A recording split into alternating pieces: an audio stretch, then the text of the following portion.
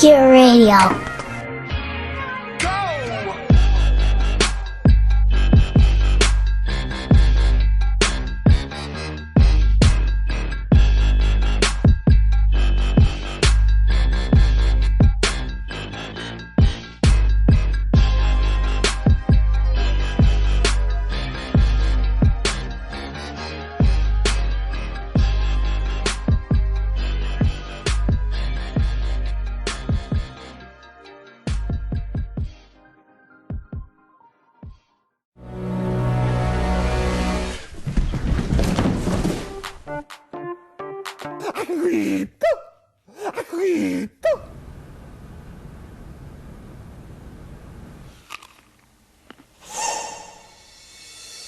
Everything's better with cute animals. We've made a travel search website you'll love. And we added a chipmunk. Hipmunk.com for the best flight and hotel search ever. Yes, I understand the fact that being made out of delicious chocolate makes me high risk for insurance companies, but I still believe I deserve coverage. And furthermore, I have been here for 15 minutes, which means, well, you know. Geico only insures humans. Insuring a delicious piece of chocolate, I'd lose my job for that. And then what would I do? What? Guess what day it is? Save it, hump boy. Here we go. So Kim and Kanye getting a prenup. I know. He's calling Rock Nation is his management now. Exactly. He's calling like, hey, look, where's my prenup? That was an article on TMZ today. I need it. This bitch. Y'all know where she's from, who she's with, who she's dealing with. 72. Listen. Her last husband. They were married for how long? 72 days? Yes. Oh my God. We need a prenup. We need the before comes the prenup. A prenup and a postnup. Yes. We need everything before because her, we've been very nice to him. The thing about Kim Kardashian, she's a gorgeous girl, but what else? Like, come on. Juan, this country is so diverse, and we have beautiful women. We have women walking this. Her family's Armenian. Yeah. However, what? But she likes she has black someone men. She dates nothing but black men. Because guess what? Guess what black men do? What? They post and they uplift women of their culture. Yeah. And at the end of the day, us black women. Do Armenian women like black men? Is that? Let me tell you what they like. You want to know? What? They like rich men. That's it. If you're rich, you can be black, purple, blue, or brown. That's true. They love you, and they will do whatever to keep you. So, I saw that Ray J tape, so what? I guess Kanye is getting some of that. He is the founder and finisher. Oh, God. And at the end of everything, he should be able to collect on. You know what's funny? I think her sister, not Chloe, but Courtney.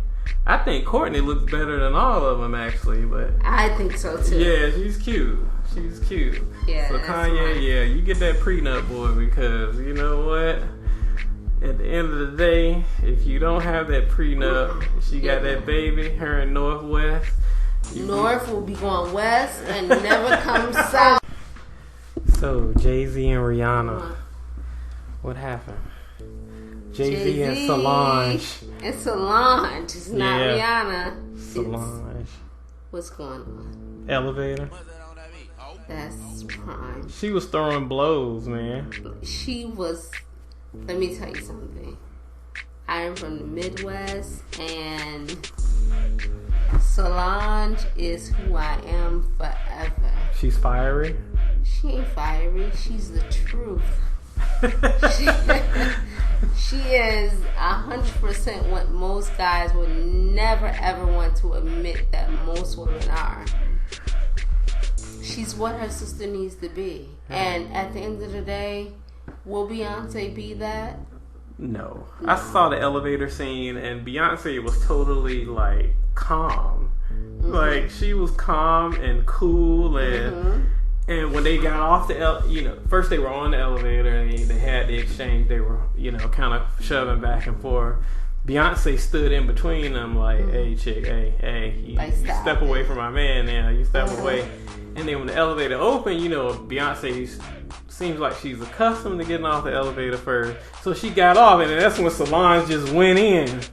She went Floyd Mayweather on her. Exactly. So, could you imagine? I know. But he was cool. He didn't hit her. He just cool. kind of backed away. No. That's family trauma. Yeah. I don't know. I can kind of understand him wanting to go to the party and see Rihanna. Yeah, Riri, she's his Riri. Yeah. And at the end of the day, that's her mentor. And he put her on. At the end of everything, it's always going to be speculation. And the sister of his wife will always be defensive. Yeah. Always. I mean, I can understand that, but it's like that's his mentor. She's his mentee, and they probably travel a lot. Don't see each other. They probably text a lot for business, but it's probably just wanted to stop by. Like, yeah, what's up? Hey, what's going on? Yeah. But then they came out of the elevator and had to go into the, go into the show, the award show. And he was all cool, like nothing happened. Absolutely. Stone Cold. He knows. Stone Cold Hustler. Hove. Yeah, listen, this game has been around for years. At the end of the day, we just been announced. Solange walked out all diva-ish. Like, exactly. Now, and I don't think that was that. You think it? Kind of. I mean, she just seemed... Solange walked out drunk. She didn't look drunk, but she just walked out like, whatever. I just got into him. At the end of the day, at the end of every day, yeah. let us appreciate where we're at. Yeah, it'll just blow over. Yeah, I'm like, it's not that serious. Yeah, they say that he was supposed to help Solange in her career. That was one of the reasons. So there's some resentment there. To help her go into the studio with her, help her launch her career like he did Rihanna, kind of. She's Riri. I don't know. I mean, she can sing. She writes a lot, though. Yeah, she does. She does write. She's a good artist. She's a writer. However, yeah. Listen, we have bills, right? Our bills will never be paid with that. Yeah. But she's a great writer, though. I mean, she writes a lot. She writes a lot of her sister stuff and stuff for other artists. So, and at the end of the day, that's how she, that's how she kind of put food on the table. Which, writers make really good money anyway. I mean, my brother-in-law writes and his cousins and, you should hear him. He give my wife this big speech about, the money is in the writing and the producing, the artists, if they're not doing any of that, they're not really taking home anything, so, yeah. So it's going to be interesting to see. I think it's just going to die down. I mean, the media, they got positive media coverage right away. I mean, they got the whole story out there. Like, how many times does that happen? Exactly. So whoever does the PR for Jay-Z and Beyonce, you got to give them an A+. They should get an extra check for that. Exactly. They got the whole story out there. They did not let any speculation happen. Nothing. Speculation happened for like a day, and double then Dutch. Let me get in where I fit in. You read the article? Yes, they absolutely. put everything in there. They put everything. They took statements from people in the elevator. Yes, it was like they looked at everyone and said, "What happened?" Yeah, exactly. Yeah, we weren't there. It was almost like a crime scene on one of those shows, like, Law and Orders, and how are you? Knock knock. Okay, nobody leaves this room. We're gonna have to take a statement from everyone. And they look back and say, "Are you serious? We are Beyonce and Jay-Z." Yeah. Like, but that's good. That's good. Jay-Z's clean anyway. I remember 2 years ago, Jay-Z got a traffic ticket in Manhattan. He paid $10,000 for a lawyer just so the traffic ticket won't get on his record. Like, he wants to stay squeaky clean, man. Oh my God. But he's good. He's very good. So Jeb Bush is talking about running in 2016, and then you got Hillary, who is the presumptive Democrat Party nominee in 2016. Do we really need another Bush or another Clinton? No. Do we really need another period? Like, no, we don't need two. I don't want another Bush or another Clinton or another Obama or another Kennedy. Can we get some new blood? But the thing is that you know and I know, new blood before that time may not happen. However, we need to be strategic in knowing that, come on, like if you're not for the Democrat, if you're not for the Republican, bounce. Yeah. Well, that's like, you know, there's so many people that's on certain, sides of the fence, and they really, when it comes to being truthful, that's a good point you're bringing up, because let them bounce. This is what I think. Okay, I think the electorate is changing. Everything is changing. No, but in this sense, a lot of Republicans were turned off by George W. Bush because, when it comes to I think more so really Christian and strict constitutional conservatives look at the Bush administration and they say, okay, there was a lot of damage done, and not just in a sense of. Now they blame the economic stuff on Bush, but a lot of those policies that took place, like with the housing crisis, those were Democrat policies. Those things were signed by Clinton. The watering down of the lending standards, the extension of Fannie Mae and Freddie Mac. And so Bush the Bush administration warned the Democrats in the Congress at the time that a possible housing crisis could come. And that's exactly what happened. But I think conservatives still got turned off by Bush because he didn't stick to those principles. Now, Bush was very much a conservative as far as socially.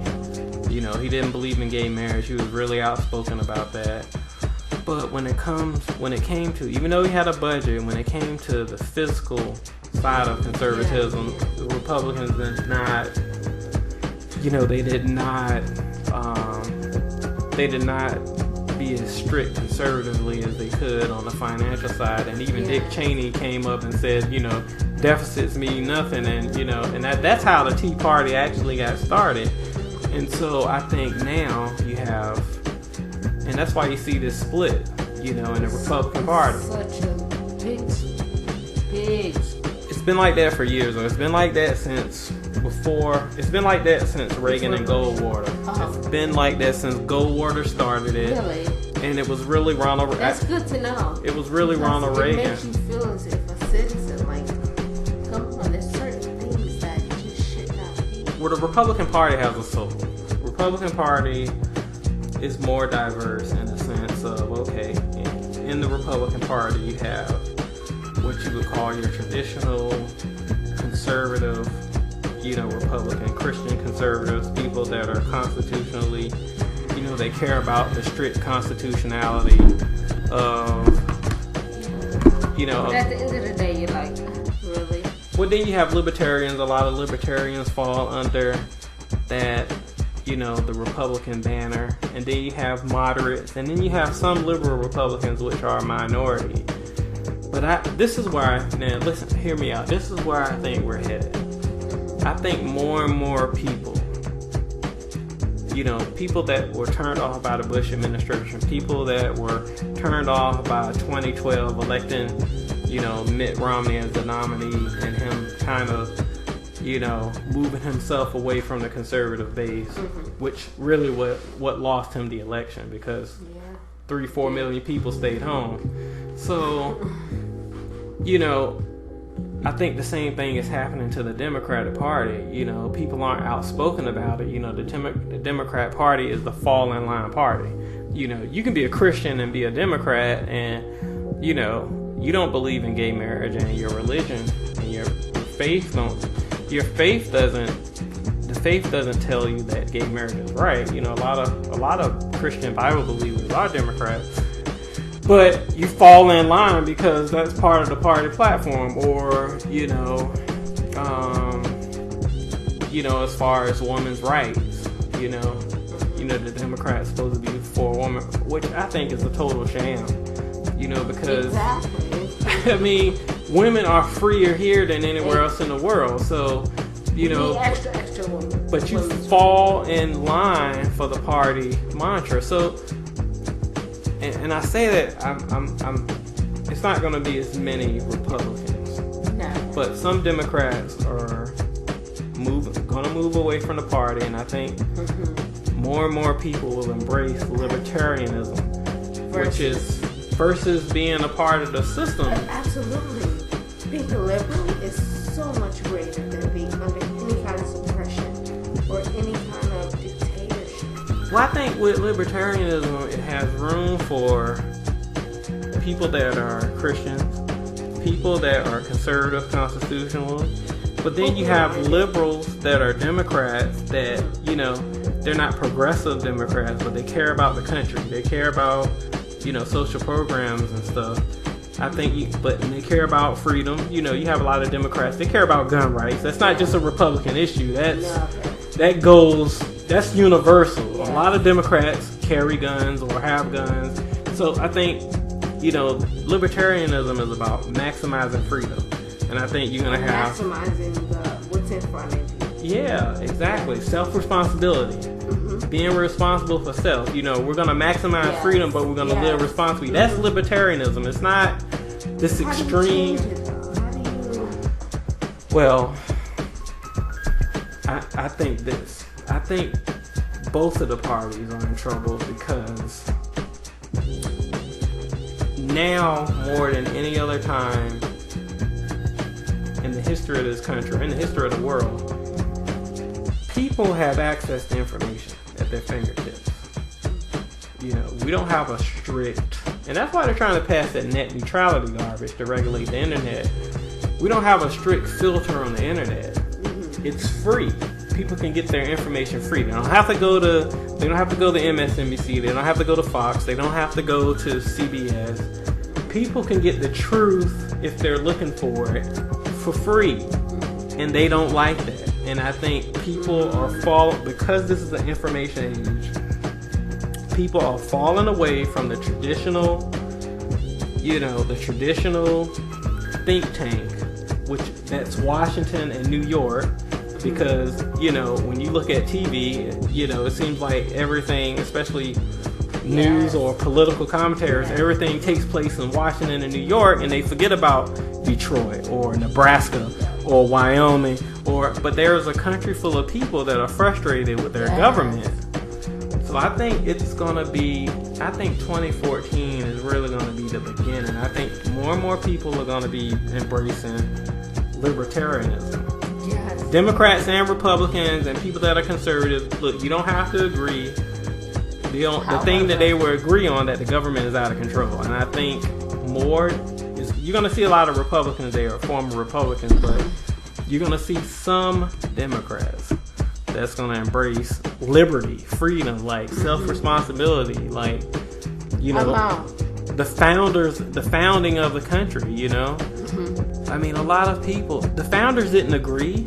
You had the Federalists and you had the Anti-Federalists, and they came together and they wrote the Constitution, and they agreed on these basic principles of freedom that rights were given to you by God, not government, and they didn't agree on everything. But they agreed that there has to be a basic framework so man can have the ability to self-govern and to stay free. And I think I think more people are going to embrace it, and I think the more and more You know, you have people like Rand Paul out there, like Ted Cruz, like, you know, I like the guy from Nebraska, Ben Sasse. He just won the primary up there. You know, you got candidates. So you have people that are kind of liberty-minded. You know, he's in the Republican Party. You had a guy in Pennsylvania who won a state Senate race, and I can't think of the gentleman's name right now. But he had a write-in candidate. So they had in Pennsylvania, they had a guy, he was a write-in candidate. That's insane. I mean, that's the kind of stuff that can happen in the information age. That's what they're afraid of. Exactly. You get the word out on the internet, and, you know, some write-in guy comes in and beat an incumbent, somebody that's been there for 50 years, and then the status quo is upset. Why would they upset? Because they want to just hold on to the job, you know, just for the power. You know, this past week, a few days ago, Jeb Bush made that LBJ comment. He stated that if he were president, that he would use LBJ as an example. I mean, that was a direct shot across the bow at the conservative base, libertarians, anybody that disagrees with the party leadership and management. And it also projected what he would do to Republican donors, the consulting class, people in the media that, you know, that are very moderate and that support the Republican Party. That he would be a LBJ-like presidency, that he would get the conservative base in line, he would shout them down, he would unify the party by force. Make no mistake about it, don't doubt me, that was a direct shot at the base, at the grassroots. So this Michael Sam story, the gay football player. Alright. So he got drafted in the second round. It seemed a little, you know, I'm normally not too critical about things, but it seemed a little staged to me. They had cake and everything, and then the kiss scene around the world. I mean, I don't have He's been gay since he's been gay. Okay? I don't think anybody have a problem with him being gay, but... Yeah, but at the end of the day, NFL needs to get with... The reality of things is things are not the way they used to be. Well, I think they accept that he's gay, but they like, accept it. The story should be him being a football player. He's a football player, however, they accept that he's gay. However, they don't accept NFL is how many years old? Think about it. They're more of a conservative than any kind of. There is a strong Christian culture in the NFL, and they believe that you pick up a ball and they pray. Yes, you pick up a ball. Mm-hmm. You have balls. It's war. And they're conservative. Them being conservative is totally different than the Christian. Well, I think the culture is conservative, but like a lot of the players are, you know, it's diverse. Absolutely. Yes, I believe that. However, but it's a strict culture. They try to make it seem as if the NFL is a culture more so than it's a sport. Yeah. To us liberals, it's like, really? Like, we don't give a... Yeah. But to them, it's a major thing. Well, this is just my theory, and I think the NFL, the NBA, when you look at the NBA, is very friendly to that diverse lifestyle. Yeah. You go to the WNBA games, you know, you'll see what I mean. I see. But the NBA, you know, David Stern is kind of strict. He was kind of liberal, in the sense of culturally, but. You know, I think the NFL... When it comes to what you're wearing, what you're doing... Yeah, the rules he's strict. His roots is NFL. But he embraces diversity, but the NFL has... The NFL is diverse. Well, I mean... Well, you know, so they just started really having black coaches, but the NBA more so had been expressing more diversity. I mean, they welcome diversity. That's one of the themes under David Stern. I mean, the WNBA, there is like a culture of the alternative lifestyle there in the game. So really, yeah, it really is. Yeah. I got to take you to one. It's kind of off the hook. Really? Oh, what? Yeah, but in I mean, city? Yeah, I mean, we go to the New York Liberty game this summer, and It's kind of wide open there. Really? Yeah, oh yeah, man. That's the stuff they don't show on TV. Okay.